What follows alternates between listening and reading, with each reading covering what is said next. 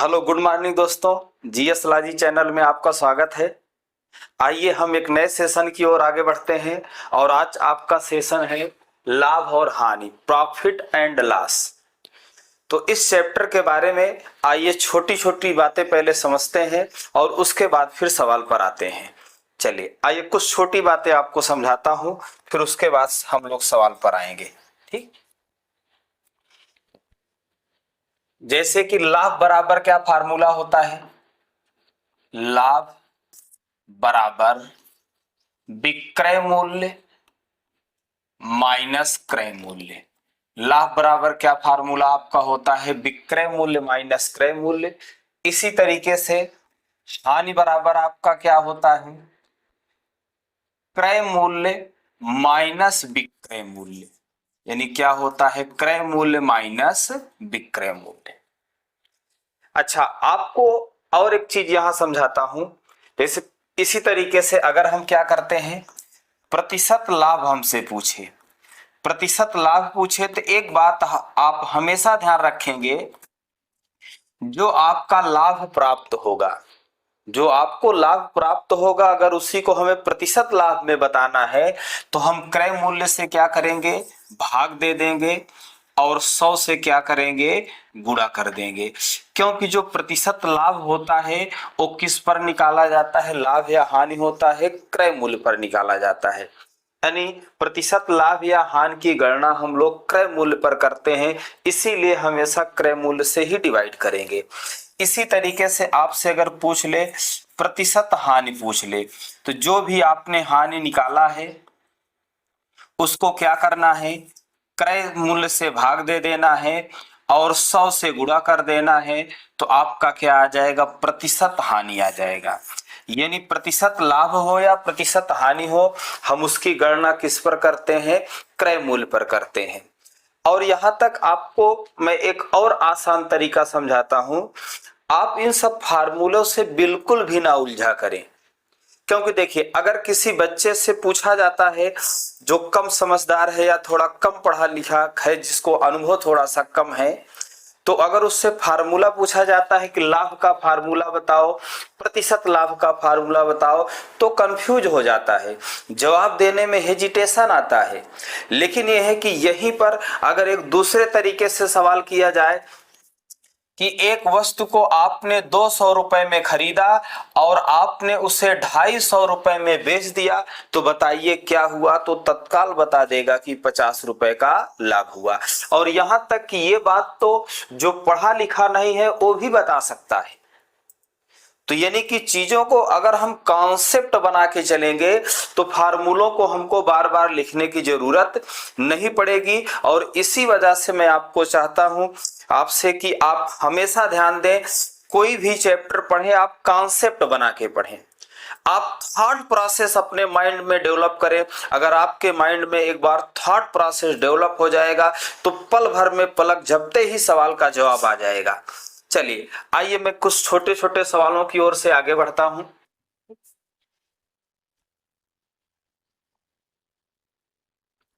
पहला सवाल आपका है टाइप नंबर 1। ठीक, एक दुकानदार ने 3000 रुपए में एक वस्तु खरीदी, यदि वह उस वस्तु को 3600 रुपए में बेच दिया तो लाभ प्रतिशत लगभग क्या होगा? तो आप ऐसे ही सोचिए कि अगर 3000 में खरीदा है और 3600 रुपए में बेच रहा है, तो हम क्या करेंगे? 3600 में से अगर 3000 घटा देंगे तो पता चल जाएगा लाभ कितने का हुआ? 600 रुपए का। यानी कि खरीदा 3000 में, बेच दिया 3600 में, तो 600 रुपए का लाभ हो गया। लेकिन हमें तो बताना है प्रतिशत लाभ, और जब भी हमें प्रतिशत लाभ बताना हो या प्रतिशत हानि बताना हो तो क्या करेंगे? क्रय मूल्य से भाग दे देंगे और 100 से गुणा कर देंगे, तो ये प्रतिशत लाभ आ जाएगा। डिवाइड कर दीजिए, 3 जीरो कट गया, 3 से काटेंगे 2 बार आएगा, यानी 20% आ जाएगा। कितना आ जाएगा? 20%। यानी ऑप्शन आपका कौन सा सही हो जाएगा? C number. आइए दोस्तों और आगे बढ़ते हैं, इसी टाइप का सवाल देखते हैं। राम ने 1900 रुपए में एक साइकिल खरीदी और इसे 1862 रुपए में बेच दिया। कितने में? 1862 रुपए में बेच दिया। तो यहां पर देखिए, खरीदा है ज्यादा में और बेचा है कम में, तो जाहिर सी बात है क्या होगी? हानि होगी, क्योंकि उसने खरीदा ज्यादा पैसा लगाकर, बेचा है कम में, तो क्या होने वाली है? हानि होने वाली है। और हानि बराबर क्या होता है? क्रय मूल्य माइनस विक्रय मूल्य।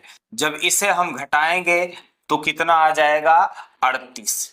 यानी कि 1900 में खरीद के 1862 में बेच दिया तो 38 रुपए की हानि हुई। लेकिन आपसे प्रतिशत हानि अगर पूछा जाए तो हानि को क्या करेंगे? क्रय मूल्य से भाग दे देंगे और 100 से गुणा कर देंगे तो प्रतिशत हानि आ जाएगी। यानी डिवाइड करिए इसको, कितना आ जाएगा? 2%। यानी यहाँ कितने की हानि हुई है? 2%। यानी ऑप्शन कौन सा सही होगा? D number. चलिए और आगे बढ़ते हैं इसी तरीके के सवाल पर। अब यहां देखिए, रेशियो में सवाल दे रखा है।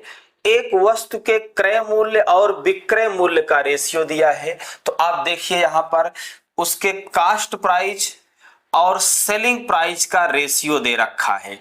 एक वस्तु का क्रय मूल्य कितना है? 4 है और विक्रय मूल्य कितना है?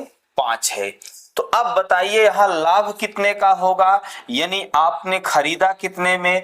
4 में और बेच दिया 5 में, तो लाभ कितने का? 1 का होगा। लेकिन आपसे प्रतिशत लाभ पूछा है तो आप क्या करेंगे? क्रय से भाग दे देंगे और 100 से गुणा कर देंगे। तो कितना परसेंट आ जाएगा?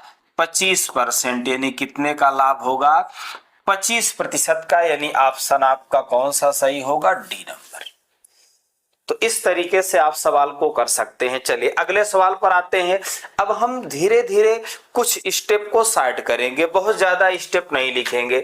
जैसे यहां देखिए, 1 का लाभ हुआ तो डायरेक्ट कर सकते थे, ऊपर वाला स्टेप हम लोग छोड़ सकते हैं। आइए आगे सवाल की तरफ आते हैं।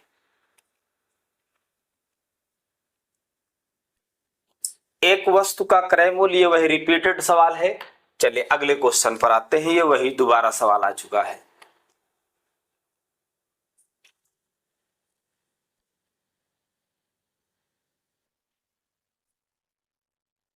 यहां थोड़ा सा सवाल में करेक्शन है, मैं करेक्शन करा के सवाल बता देता हूं। देखिए यहां पर क्या है, अगर हम 5:4 कर दें, कितना कर दें? 5:4। देखिए यहां पर, अगर यहां पर देखिए हम इसको हटा करके क्या कर दें?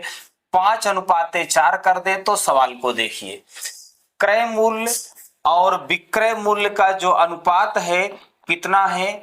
5:4 है। तो अब देखिए, वस्तु खरीदी गई 5 में और बेची गई 4 में, तो क्या हो रहा है? हानि हो रहा है। कितने का हो रहा है? 1 रुपए का। लेकिन प्रतिशत हानि आपसे पूछे तो क्रय से भाग दे दीजिए, यानी 5 से और 100 से गुणा कर दीजिए। कितना आ जाएगा? 20%। यानी कितने की हानि होगी? 20%। यानी ऑप्शन कौन सा सही होगा? B number. तो यहाँ हानि होगी, सवाल में थोड़ा सा रिवर्स में हो गया था। चलिए अगले सवाल की तरफ आते हैं। अब देखिए दोस्तों, यहां पर थोड़ा सा सवाल में परिवर्तन हुआ है। देखिए कह रहा 15 कमीजों का क्रय मूल्य 10 कमीजों के विक्रय मूल्य के बराबर है, तो लाभ या हानि प्रतिशत क्या होगा? तो आराम से आप सवाल को समझेंगे। यहां कह रहा है कि 15 वस्तुओं का क्रय मूल्य यानी कास्ट प्राइस 10 वस्तुओं के विक्रय मूल्य के बराबर है, यानी 10 वस्तुओं के सेलिंग प्राइस के बराबर है। डिवाइड कर लेते हैं, 5×3 15 और 5×2 10। तो अगर हम CP बटा SP निकालेंगे तो कितना आ जाएगा? 2/3 आ जाएगा। कितना आ जाएगा? 2/3 आ जाएगा। तो आप देखिए, वस्तु खरीदा गया 2 में और बेचा गया 3 में, तो क्या होने वाला है? लाभ होने वाला है। लाभ कितने का होगा? 1 का होगा, क्योंकि 2 में आपने खरीदा, 3 में बेचा। तो लेकिन आपसे प्रतिशत लाभ पूछा है, तो आप क्रय मूल्य से भाग दे दीजिए और 100 से गुणा कर दीजिए। सॉल्व करेंगे तो कितना आ जाएगा, 50% का लाभ होगा। यानी कि ऑप्शन कौन सा सही है, ए नंबर। आइए और आगे बढ़ते हैं इसी तरीके से।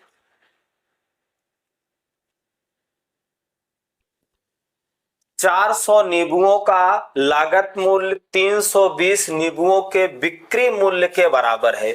बिल्कुल उसी टाइप का सवाल है, आइए यहां से मैं आपको समझाता हूं। 400 वस्तुओं का कास्ट प्राइस 320 वस्तुओं के सेलिंग प्राइस के बराबर है। तो इसको छोटा कर लेते, डिवाइड करके, 0 से 0 कट गया, 8 चौक 32 और 8 पंच 40। अगर हम सीपी बटा एसपी निकालेंगे तो कितना आ जाएगा, 4/5 आ जाएगा। यानी आपने वस्तु खरीदा 4 में और बेचा 5 में, तो आपको क्या होगा, लाभ होगा। कितने का लाभ होगा, 1 रुपए का। लेकिन प्रतिशत लाभ पूछे तो आप क्रय मूल्य से भाग दे दें और 100 से गुणा कर दें, तो कितना आ जाएगा, 25% का लाभ होगा। यानी ऑप्शन कौन सा सही है, सी नंबर। आइए और इसी तरीके से आगे बढ़ते हैं।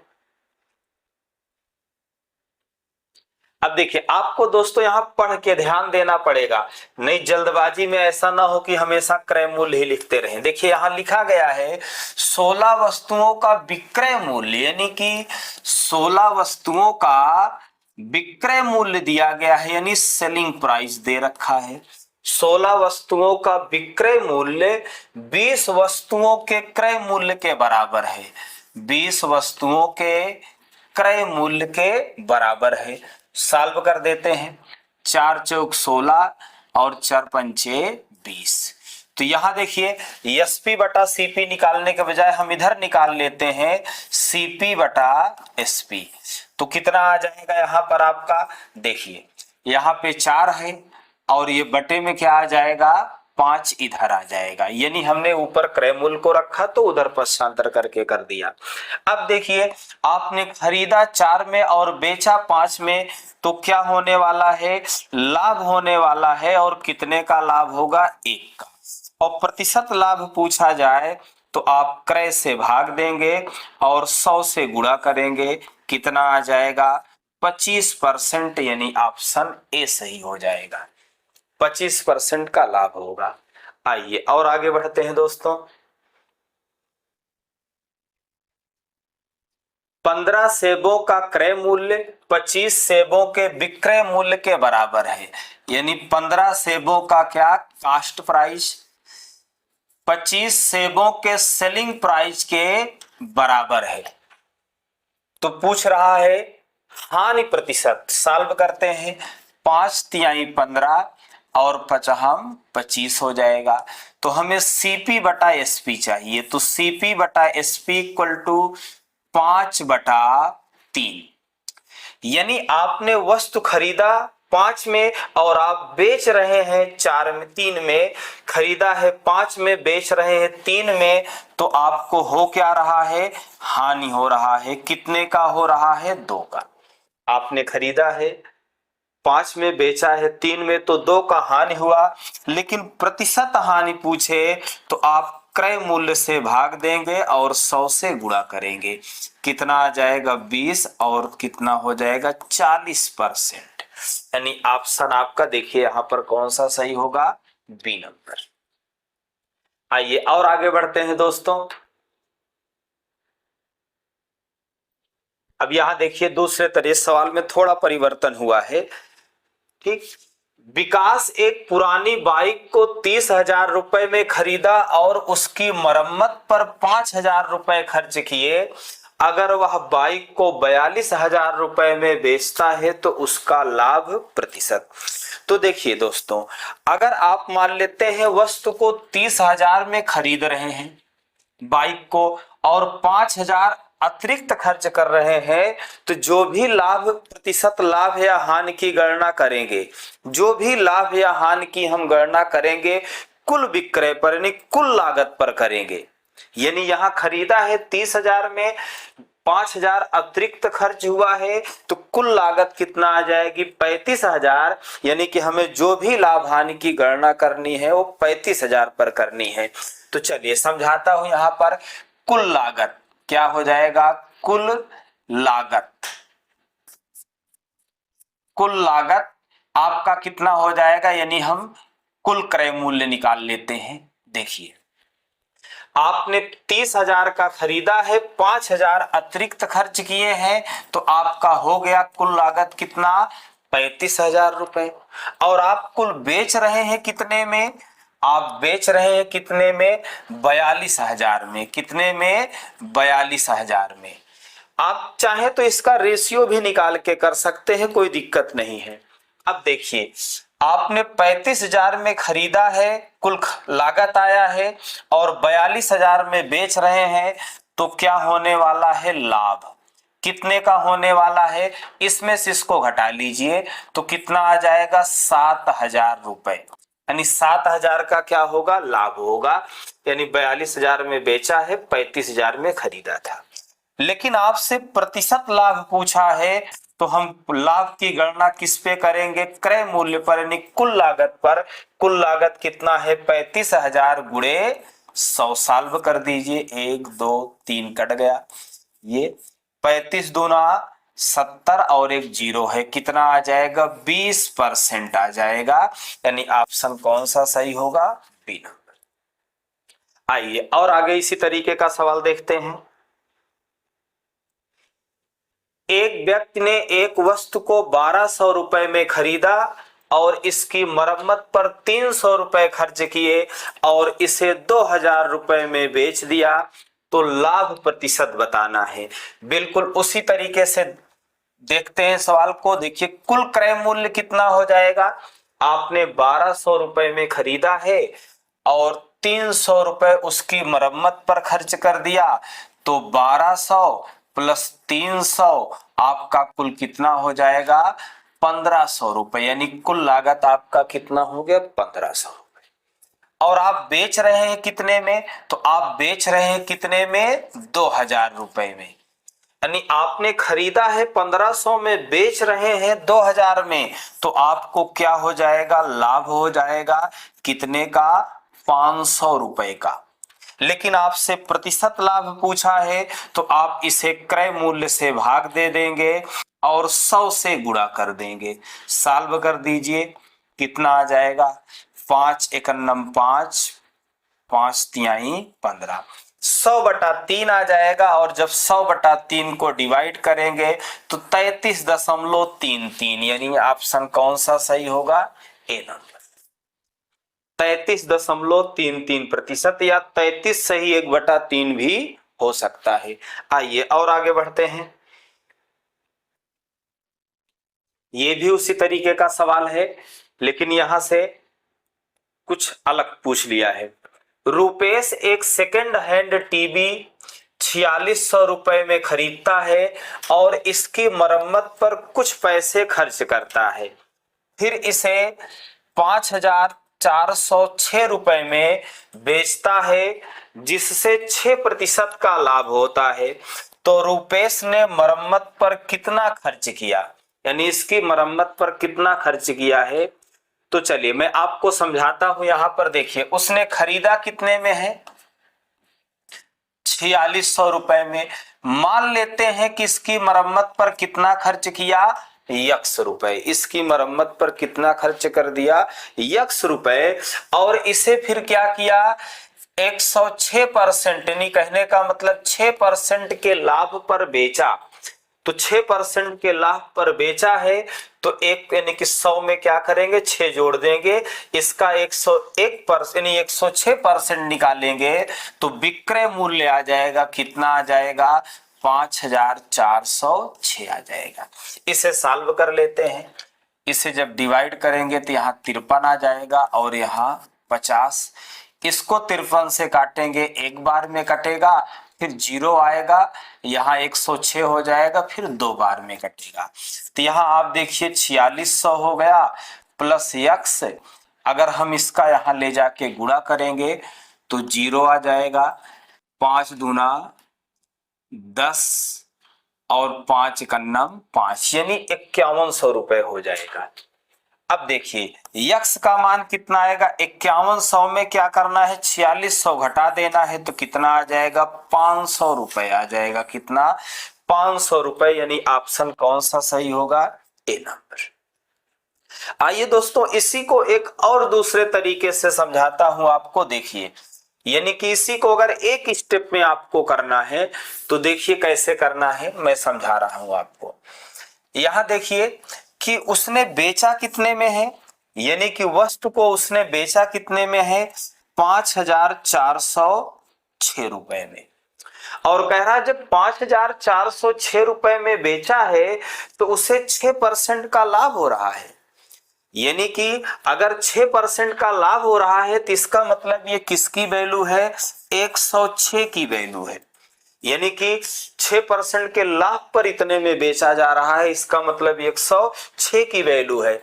अगर यही 10% के लाभ पर बेचा हो गया तो 110 की वैल्यू होती।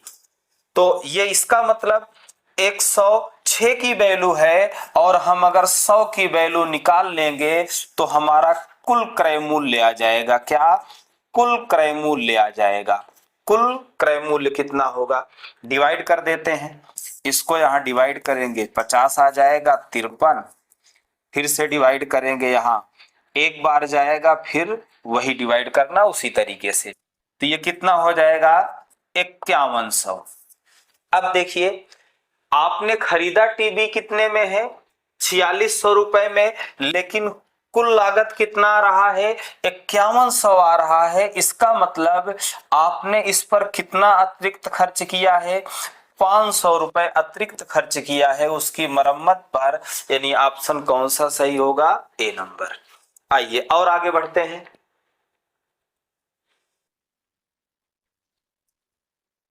जान ने 4 पुराने ट्रैक्टर 2 लाख रुपए में खरीदे। उन्होंने रख रखाव और मरम्मत पर कुल 2 लाख रुपए खर्च किए। यदि 4 ट्रैक्टरों में से पहले एक ट्रैक्टर को 1 लाख रुपए में बेचा गया, कितने लाख रुपए में, 1 लाख रुपए में बेचा गया, तो कुल लाभ 40% अर्जित करने के लिए बाकी 3 ट्रैक्टरों का औसत मूल्य क्या होगा। यानी बाकी जो 3 ट्रैक्टर है उनको किस औसत मूल्य पर बेचा जाएगा। और यहाँ देखिए सब ऐसे ही लाख में दे रखा है, और वैसे भी ये ऑप्शन आपका लगभग में दे रखा है, लाख में बदल करके। एनटीपीसी का पूछा गया भी सवाल है और ऐसे ही ऑप्शन थे। तो चलिए यहाँ पहले सवाल को देखते हैं। 2 लाख में खरीदा, 2 लाख अतिरिक्त खर्च कर दिया, तो कुल उसका लागत मूल्य कितना हो जाएगा, यानी कि 4 लाख हो जाएगा। यानी कुल लागत मूल्य 2 लाख रुपए में खरीदा, 2 लाख उसकी मरम्मत पर खर्च किए, कुल लागत कितना हो गया, 4 लाख। अब देखिए उसने ट्रैक्टर कुल खरीद कितने में लिया, 4 लाख में। लेकिन प्रश्न में कह रहा है कि एक ट्रैक्टर को 1 लाख में बेचा तो बाकी का औसत मूल्य क्या होगा, ताकि कितने का लाभ हो, 40% का। यानी कि कुल लागत मूल्य कितना हो गया, 4 लाख हो गया। अगर वो 40% का कुल लाभ अर्जित करना चाहता है तो उसे फिर कितने में बेचना पड़ेगा, 140% निकाल लेंगे, गुणा कर देते हैं, 14 चौको 56 हो जाएगा, और 10 से भाग देंगे तो 5.6 लाख हो जाएगा। यानी ये दिया किस में है, लाख में। यानी कि अगर वो 40% का लाभ चाहता है तो उसे सभी ट्रैक्टरों को 5.6 लाख रुपए में बेचना पड़ेगा। लेकिन उसने क्या किया, एक ट्रैक्टर को 1 लाख रुपए में बेच दिया, तो बाकी जो बचे हुए हैं उनको कितने में बेचना पड़ेगा, 4.6 लाख रुपए में बेचना पड़ेगा, क्योंकि पहला 1 लाख का बिक चुका है। लेकिन आपसे पूछा इनका औसत मूल्य क्या होगा, तो 3 ट्रैक्टरों को बेचना है 4.6 लाख में, तो औसत मूल्य पूछा है, क्या पूछा है, औसत मूल्य। औसत मूल्य तो हम इसे क्या करेंगे, 3 से डिवाइड कर देंगे। डिवाइड कर दीजिए, 3 एकन्नम 3, 3 पचे 15 और अब सॉल्व करेंगे तो आएगा, लेकिन यहाँ लगभग में ही आंसर दे रखा है कितना 1.5 लाख। और ये ऐसे ही एग्जाम में आया था, सवाल लगभग में ही दिया गया है, कितना लगभग 1.5 लाख इसका औसत मूल्य होगा। आइए अगले सवाल की तरफ बढ़ते हैं। अगला सवाल है आपका, मनु ने 5500 रुपए में एक पुरानी बाइक खरीदी, इस राशि का 12% मरम्मत पर खर्च किया और बाद में इसे 5% की कुल हानि पर बेचना पड़ा। मनु ने किस कीमत पर बाइक बेची? चलिए इसको एक स्टेप में आपको समझाता हूं, आप ध्यान दीजिएगा। यानी कि मनु ने कितने में एक पुरानी बाइक खरीदी? 5500 रुपए में एक पुरानी बाइक खरीदी और उसके बाद 12% मरम्मत पर खर्च किया, मतलब इस राशि का, तो इस राशि का 12% और खर्च हो गया, तो कुल अब कितना कीमत फिर हो जाएगी? 112 हो जाएगी, क्योंकि इस राशि का 12% और खर्च हो गया तो कुल कीमत कितना हो जाएगी? 112 हो जाएगी। यानी कुल कीमत अब कितनी हो गई? लागत कितनी हो गई? 112% हो गया। और उसके बाद कह रहा है कि 5% की हानि पर बेच देता है, यानी कि 5% की हानि पर बेच देगा, यानी 95/100 पर। तो सॉल्व कर लेते हैं, उसे कितना मिलेगा? डिवाइड कर दीजिए। अगर यहां डिवाइड करेंगे तो 19 आ जाएगा 5 से, और 5 दूना 10, फिर 5 से डिवाइड कर देते हैं, यहाँ 11 आ जाएगा और 5 से डिवाइड करेंगे यहाँ 4 आ जाएगा। 4 से डिवाइड करते हैं, 4 दूना 8, 4 8 32। चलिए गुणा कर लेते हैं इसका, ठीक, यहां कर लेते हैं, इसको डिवाइड कर लेते हैं, ठीक। 19 का गुणा करते हैं इसमें, 19 से करना 19। अब देखिए लास्ट के अंक से नहीं होगा, 8 9 72 2 आ रहा है, इसमें भी सभी में है, अब करना ही पड़ेगा। कितना हो जाएगा आपका? यानी कि 19 से करना 19 और 19 1 20, ये आ गया। इसका गुणा कर लेते 28 का, कर देते हैं। 8 9 72, 8 दूना 16, 9 दूना 8, 2 9 18 और 2 दूना 4, यानी कितना आ गया? 2 5 8 और कितना हो गया? 6। यानी कि एक बार फिर से सॉल्व करिए इसको। हाँ यहाँ 5 बचा हुआ है, कितना है? यानी कि 8 और यहाँ पर 5, यानी कि 5852 रुपए, 5852 रुपए आपका होगा। यानी ऑप्शन कौन सा होगा? D number. तो इस तरीके से अगर हम इसका गुणा करेंगे तो कितना आ जाएगा? 5852 रुपए, यानी कि उसने किस कीमत पर बेचा? 5852 रुपए की कीमत पर बेचा, ठीक। चलिए आगे बढ़ते हैं दोस्तों। तो इस तरीके से आप एक स्टेप में बना के कर सकते हैं और ज्यादा स्टेप बनाने की कोई जरूरत नहीं है। चलिए अगले सवाल पर आते हैं।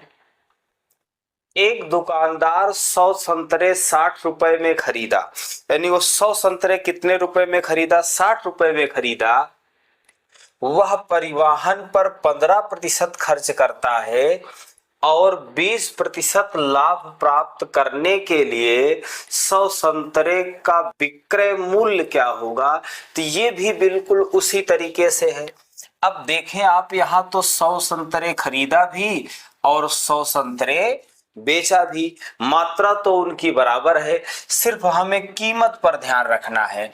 यानी आप देखिए कीमत कितना है? 60 रुपए है। 60 रुपए में 100 संतरे खरीदा, वह परिवहन पर 15% खर्च किया, यानी कि 15% परिवहन पर खर्च हो गया, तो खर्च और 15% बढ़ गया, तो कुल कीमत कितनी हो जाएगी? 115/100, क्योंकि 15% कीमत और बढ़ गई, लागत और बढ़ गई लागत। और कह रहा 20% का लाभ प्राप्त करना चाहता है, तो 100 संतरे कितने में बेचेगा? तो 20% का लाभ लेके बेच देगा। सॉल्व कर लीजिए, इसको डिवाइड करेंगे 6 आएगा और यहाँ 5 और यहाँ पर 3 आ जाएगा और यहाँ पर 5। ठीक, 5 से डिवाइड करते कितना आ जाएगा 23। कितना आ जाएगा 23। अभी और एक 5 से डिवाइड करना पड़ेगा। चलिए गुणा कर लेते हैं।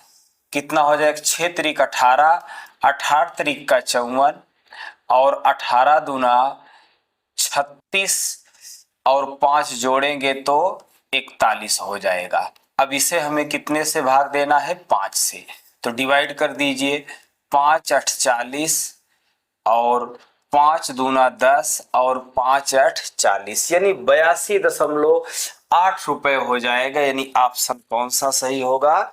सी नंबर सही होगा। तो इस तरीके से आप पिछले सवाल के तरीके जैसा इसको भी कर सकते हैं। चलिए अगले सवाल पर आते हैं। रीमा 75,000 रुपए में एक कार खरीदी और इसकी मरम्मत पर 10,000 रुपए खर्च किए। बाद में उसने इस कार को 15% के लाभ पर चीरू को बेच दिया। चीरू ने इसे 10% के लाभ पर रितु को बेच दिया। रितु ने कार खरीदने के लिए कितनी राशि खर्च की? तो यानी बाद में पूछा कि रितु ने कार खरीदने के लिए कितनी राशि खर्च की। चलिए इसको भी एक ही स्टेप में बताता हूं उसी तरीके से। यानी कि 75,000 में रीमा ने कार खरीदी और 10,000 रुपए अतिरिक्त लगाए, तो 75 10 कितना हो गए 85,000 रुपए। यानी कितना हो गए 85,000 रुपए। यानी उसकी कुल लागत कितना आ गई 85,000 रुपए। उसके बाद रीमा ने क्या किया 15% के लाभ पर चीरू को बेच दिया। तो इसने क्या किया 15% लाभ लिया और किसको बेच दिया? चीरू को बेच दिया। अब चीरू ने क्या किया 10% का लाभ लेके रितु को बेच दिया। तो इसने 10% का लाभ लेकर किसको बेच दिया? रितु को बेच दिया। यानी 10% और लाभ लेकर। तो कहा रितु ने कार की कितनी कीमत चुकाई? तो आप इसी को सॉल्व कर दीजिए। 1 2 3 4 ऐसे ही ये डिवाइड हो गया। अब गुणा कर लेते हैं। इसका गुणा करना ही पड़ेगा क्योंकि लास्ट का अंक 5 यहां देखिए 2 में आ रहा है। इकाई का अंक तो 5 आएगा, 50 25 5 का नम 5, लेकिन 2 ऑप्शन में आ रहा है। इसका भी आपको गुणा करना पड़ेगा। चलिए इसका 11 का इसमें गुणा करते हैं। 11 पचे 55 और कितना हो गया 11 अठे 88, 5 कितना हो जाएगा 93। अब इसमें 115 का गुणा कर देते हैं। 50 25 5 तिहाई 15 2 17 5 नवा 45 1 46। ठीक, अब इसका गुणा करेंगे तो 935 और फिर से करेंगे 935। सॉल्व कर लेते हैं।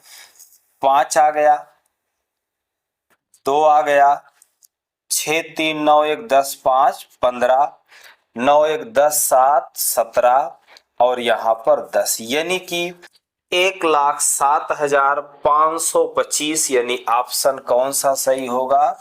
D number. यानी जब इसको हम गुणा करेंगे 1,07,525 आ जाएगा। यानी ऑप्शन कौन सा सही होगा? D number. आइए दोस्तों अगले सवाल। देखो दोस्तों ये सवाल कैलकुलेटिव है थोड़ा सा, बस बाकी तरीका मैं आपको एक स्टेप में ही समझा दिया। चलिए अगले सवाल पर आते हैं। हिमानी ने 8,000 रुपए में एक वॉशिंग मशीन खरीदी और इसकी मरम्मत पर 500 रुपए खर्च किए। उसने इसे 20% के लाभ पर बेच दिया। इसे बेचकर जो पैसा मिला उससे उसने एक और वॉशिंग मशीन खरीदी और उसे 10% की हानि पर बेच दिया। उसका कुल लाभ या हानि क्या है ये बताना है। कि कुल लाभ या हानि उसका क्या होगा ये बताना है। तो चलिए यहां से देखिए, हिमानी ने क्या किया 8,000 रुपए में एक वॉशिंग मशीन खरीदी और उसकी मरम्मत पर 500 रुपए खर्च किए। मतलब उसका कुल लागत कितना आ गया 8500 आ गया। और हिमानी ने क्या किया यानी कि हिमानी का कास्ट प्राइस कितना हो गया 8500। लेकिन हिमानी ने बेचा कितने में, तो इस पे उसने क्या किया 20% लाभ लेके बेच दिया। यानी कितना 20% लाभ लेके बेच दिया। गुणा कर लेते हैं, 0 आ गया, 12 पंचे 60 हो गया, 12 अट्ठे 96 और 6 कितना आ गया 102।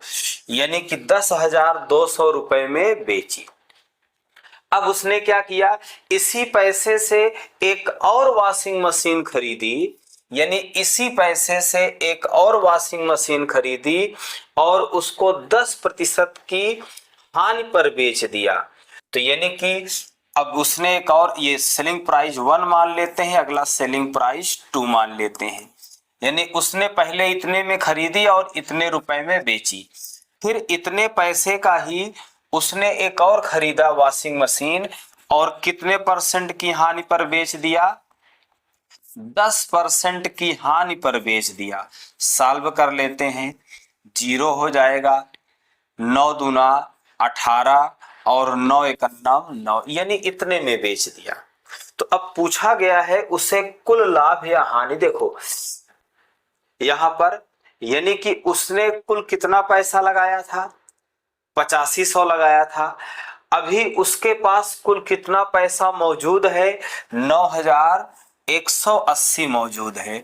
तो 8500 अगर इसमें घटा दें तो पता चल जाएगा कि उसे कितने का लाभ हुआ। 0 8 और घटाएंगे कितना 6, यानी 680 रुपए का लाभ हुआ। यानी ऑप्शन ए सही हो जाएगा। देखिए उसने 8500 रुपए लगाया था, अब उसके पास कितना है 9180। इसका मतलब 680 रुपए का क्या हो रहा है, उसे लाभ हो रहा है। यानी ऑप्शन ए सही होगा। आइए दोस्तों अगले सवाल पर बढ़ते हैं। एक वस्तु के विक्रय मूल्य और लागत मूल्य के बीच का अनुपात। तो देखिए इसमें क्या दिया गया है, सेलिंग प्राइस और कास्ट प्राइस का अनुपात कितना दे रखा है, 7:4। यानी कि खरीदा 4 में, बेचा 7 में। आपसे पूछा गया है लाभ और कास्ट प्राइस का अनुपात, लाभ और लागत का अनुपात पूछा है।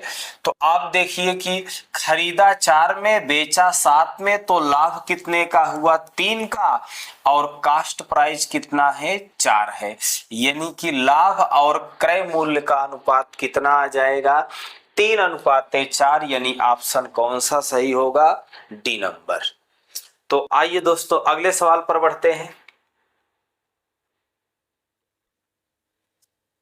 एक आदमी ने 20 दर्जन आम 1000 रुपए में खरीदे। उसमें से 40 आम सड़े हुए थे और बेचे नहीं जा सके।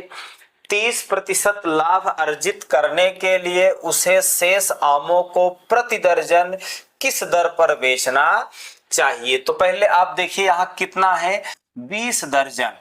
तो 20 दर्जन खरीदे तो एक दर्जन में कितने होते हैं 12। तो 20 गुणे 12 करेंगे 240। यानी कि उसने 240 आम खरीदे। 20 दर्जन का मतलब 240। लेकिन कह रहा है और कितने में खरीदे हैं 1000 रुपए में। लेकिन वो कह रहा है किसमें कितना 40 आम क्या थे, सड़े हुए थे। इसका मतलब सही आम कितना है, सही आम कितना है आपके, तो आप बताएंगे 200 ही है। कितने हैं 200 है। कह रहा है कि 30% लाभ अर्जित करने के लिए उसे शेष आम को किस कीमत पर बेचना होगा। अब आप यहां ध्यान देंगे, अगर उसे क्या है कि 30% का लाभ लेना है तो वो तो 1000 रुपए का खरीदा ही था। लेकिन अगर 30% लाभ लेके बेचेगा तो ये कितने में फिर बेचेगा 1300 रुपए में। यानी कहने का मतलब 1000 रुपए में तो आम खरीदे ही गए थे, लेकिन 30% का अगर लाभ चाहिए तो कितने में बेचना पड़ेगा 1300 रुपए में बेचना पड़ेगा। और 1300 रुपए में कितने आम बेचने पड़ेंगे, जो शेष आम सही है। तो यहां देखिए 200 आम सही है, तो 200 आम को कितने में बेचना पड़ेगा? 1300 रुपए में। तो आपसे देखिए पूछा क्या है प्रश्न में कि प्रति दर्जन किस दर पर बेचे जाए, तो आपसे पूछ रहा है एक दर्जन कितने में बेचा जाएगा। तो डिवाइड कर लेते हैं, डिवाइड हो गया। अब देखिए यहाँ 2 बराबर कितना है? 13। तो इसका ये 6 गुना है, तो इसका भी आप 6 गुना कर दें, यानी कितना आ जाएगा? 78 रुपए। 13 78 रुपए, यानी ऑप्शन कौन सा सही होगा? B number. यानी कि हम एक दर्जन आम को 78 रुपए में बेचेंगे। आइए दोस्तों अगले सवाल पर आते हैं। अब आपको थोड़ा सा सवाल का लेवल अच्छा मिलेगा। अगले सवाल पर बढ़ते हैं।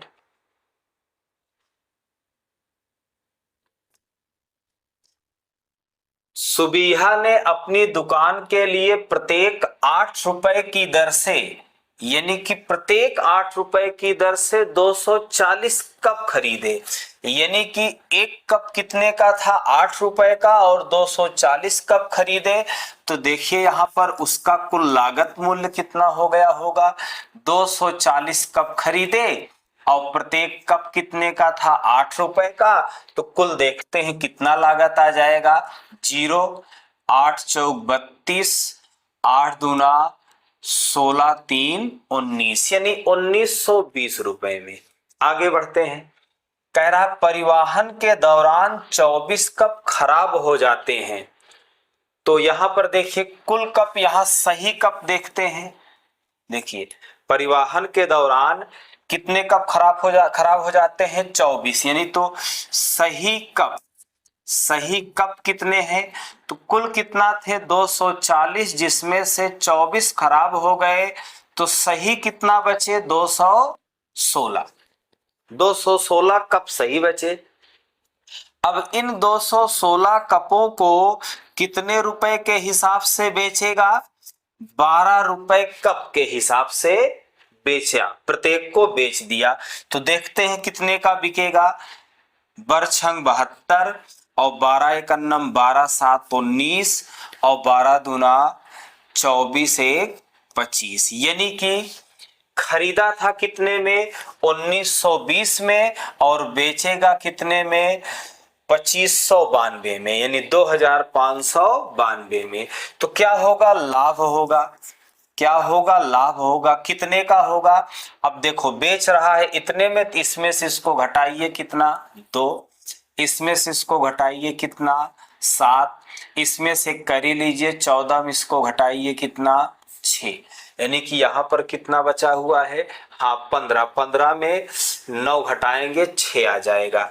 यानी कि इतने में खरीदा है और इतने में बेच रहा है, तो उसे लाभ कितने का हो गया? 672 का। लेकिन प्रतिशत लाभ पूछे तो आप इसी को क्रय से भाग देंगे और 100 से गुणा करेंगे। सॉल्व कर दीजिए। 4 से काट दिया जाए। 4 एकन्नम 4, 4 छंग 24, 4 8 32। तो 4 चौक 16, 4 8 32। 8 से काटते हैं। 8 दूना 16, 8 एकन्नम 8, 8 छंग 48, 3 सते 21 हो गया, 3 दूना 6, और इसको 2 से काटा 5। तो 5 सते 35% आ जाएगा, यानी ऑप्शन कौन सा सही होगा? B number. तो आप इस तरीके से सवाल को लगा सकते हैं, और एक एक स्टेप को आपको समझा दिया गया है। चलिए अगले सवाल पर आते हैं दोस्तों। एक विक्रेता ने 600 रुपए में 300 आम खरीदे। कुछ आम सड़े हुए थे और फेंक दिए गए। उसने शेष आमों को प्रत्येक 3 रुपए के हिसाब से बेच दिया और 210 रुपए का लाभ हुआ। तो फेंके गए आमों का प्रतिशत बताना है। तो चलिए इसको मैं आपको समझाता हूं। आप देखिए 600 रुपए में कितने आम खरीदे? 300 आम खरीदे। तो उसने कितना? 300 आम खरीदे। मान लिया आम कुल कितने हो गए? 300, और खरीदे कितने में है? 600 रुपए। और 300 आम में से मान लेते हैं कि सड़े हुए कितने थे, यक्स आम सड़े हुए थे, तो यक्स आम मैंने कम कर दिया, और उसके बाद जो बचेंगे शेष आम कितने रुपए के हिसाब से बेचा जाएगा, 3 रुपए के हिसाब से बेचा जाएगा। और जब 3 रुपए के हिसाब से बेचा जाएगा तो 210 का क्या होगा, लाभ। तो यहां देखिए 600 का तो खरीदा ही था और 210 का लाभ होगा, तो बिकेगा कितने का, 81, यानी कि 810 का, यानी कितने का बिकेगा, 810 का। डिवाइड कर दो, कितना हो जाएगा, 270। अब देखिए यहां पर कितना है, 300 और माइनस यक्स था, तो अब इसको इधर लाए तो 270 माइनस हो जाएगा और यक्स इधर चला आएगा। तो आप देखिए यक्स बराबर कितना आ गया, 30 आ गया। आप देखिए गलती से आप यहां 30% ना टिक कर दें, क्योंकि ये गलत जवाब है, क्योंकि उसने पूछा होता कितने आम सड़े हुए थे तब 30 होते, लेकिन पूछा है कितने प्रतिशत आम सड़े हुए थे, तो अब इसी को प्रतिशत में बताना है 30 को, तो कुल आमों की संख्या से भाग देंगे, कुल आम कितने थे 300 और 100 से गुणा कर देंगे। तो सॉल्व कर दीजिए, एक जीरो कट गया, ये कट गया, कितना आ गया, 10, यानी 10% का, यानी ऑप्शन आपका बी सही होगा, डी नहीं, बी ही सही होगा। आइए दोस्तों और आगे बढ़ते हैं, थोड़ा सवाल का और लेवल बढ़ाते हैं, अच्छे लेवल का सवाल देखिए थोड़ा। एक फुटकर विक्रेता 54 किलोग्राम संतरों का थैला 25 रुपए प्रति किलोग्राम की दर से खरीदता है। बाद में छांटने पर वह पाता है कि 4 किलोग्राम सड़े हुए थे। वह उन्हें फेंक देता है और शेष को 36 रुपए प्रति किलोग्राम के हिसाब से बेच देता है। उसका लाभ प्रतिशत ज्ञात कीजिए। तो चलिए समझिए सवाल को। यहां पर देखिए 54 किलोग्राम संतरों को 25 रुपए प्रति किलोग्राम के हिसाब से खरीदता है। तो यहां देखिए आपका कास्ट प्राइस कितना होगा, 54 किलोग्राम संतरे हैं और 25 रुपए किलोग्राम के हिसाब से खरीद रहा है, तो 2500 का 100 हो जाएगा और 25 पंचे 125 और 10 जब जोड़ेंगे तो 135 हो जाएगा। आगे बढ़ते हैं, उसने कह रहा है बाद में छांटने के बाद पता चला कि 4 किलोग्राम संतरे सड़े हुए थे, यानी कि 54 किलोग्राम उसने खरीदा था जिसमें 4 किलोग्राम सड़े हुए थे, तो सही कितना होंगे, तो आप कहेंगे 50 किलोग्राम सही थे। और जो सही थे उनको कितने में बेचा गया, 36 रुपए किलोग्राम के हिसाब से बेचा गया। 36 रुपए, तो यहां पर देखिए सेलिंग प्राइस निकाल लीजिए, कितना आ जाएगा, 1800 आ जाएगा। यानी उसने खरीदा था 1350 में और बेच दिया कितने में, 1800 रुपए में, तो उसे क्या होगा, लाभ होगा।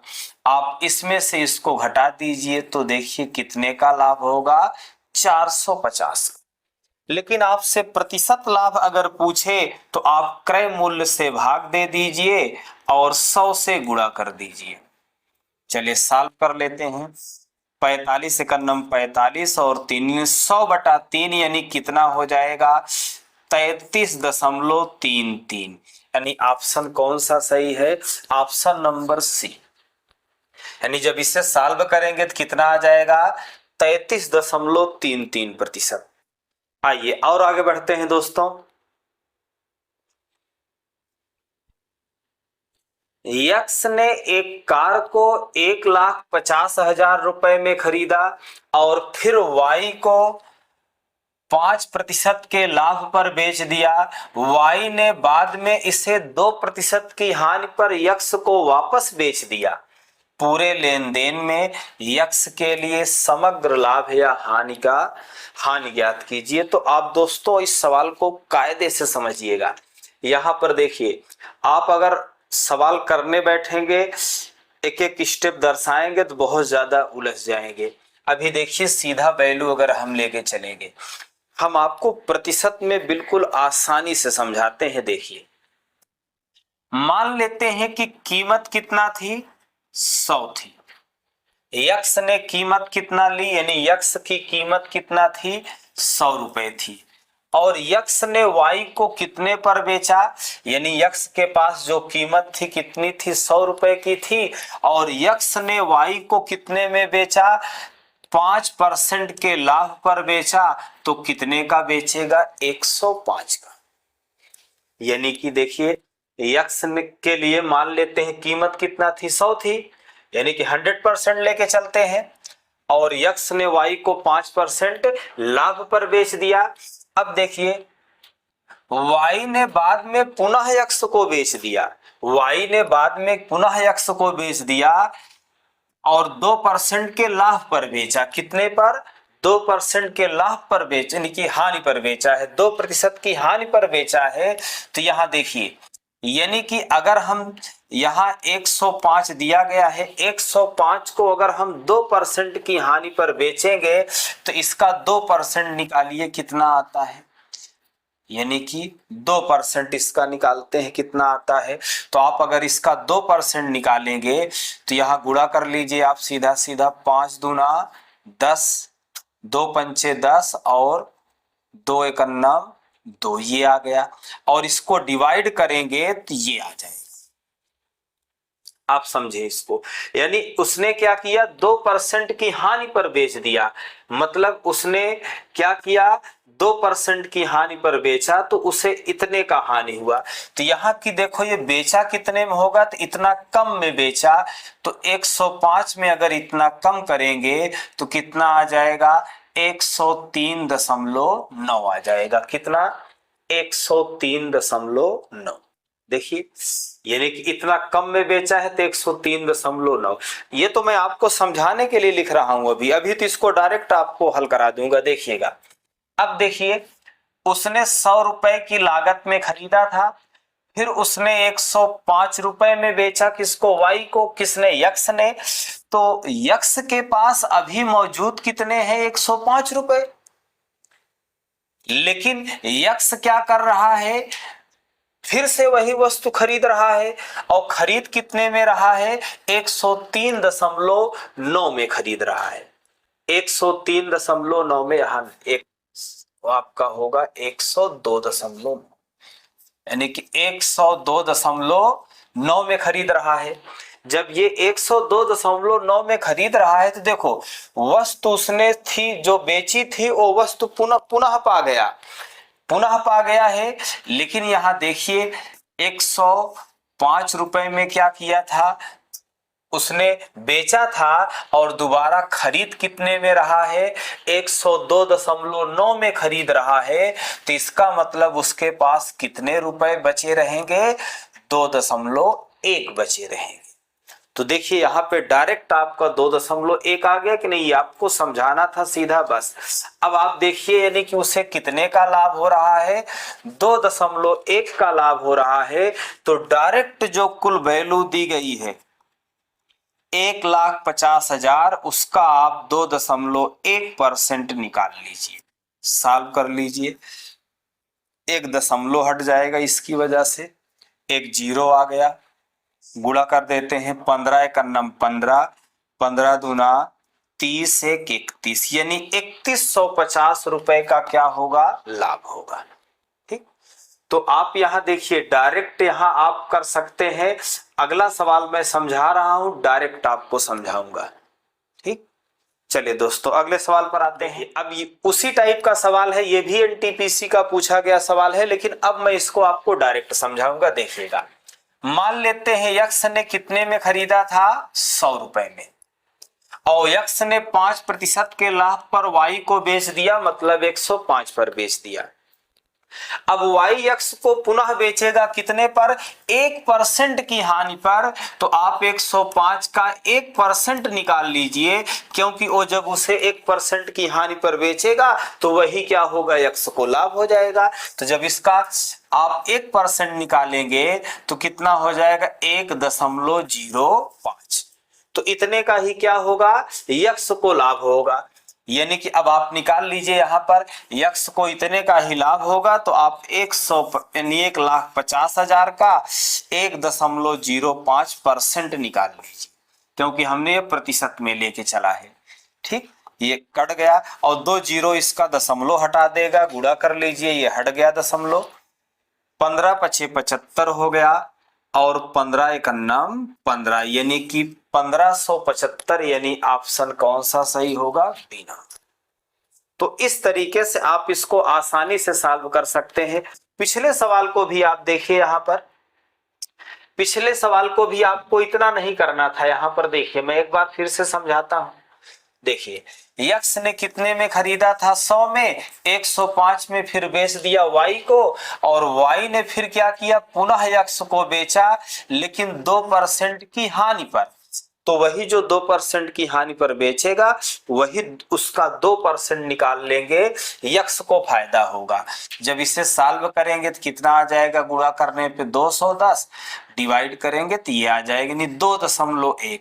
तो यानी कि यक्स को 2.1% का लाभ होगा, तो 1,50,000 का 2.1% निकाल लेते हैं, डिवाइड कर दीजिए, 1 दशमलव हटा दिया, 15 जीरो हो गया, 15 एकन्नम 15, 15 दूना 30, 1 31, यानी ऑप्शन कौन सा? इस।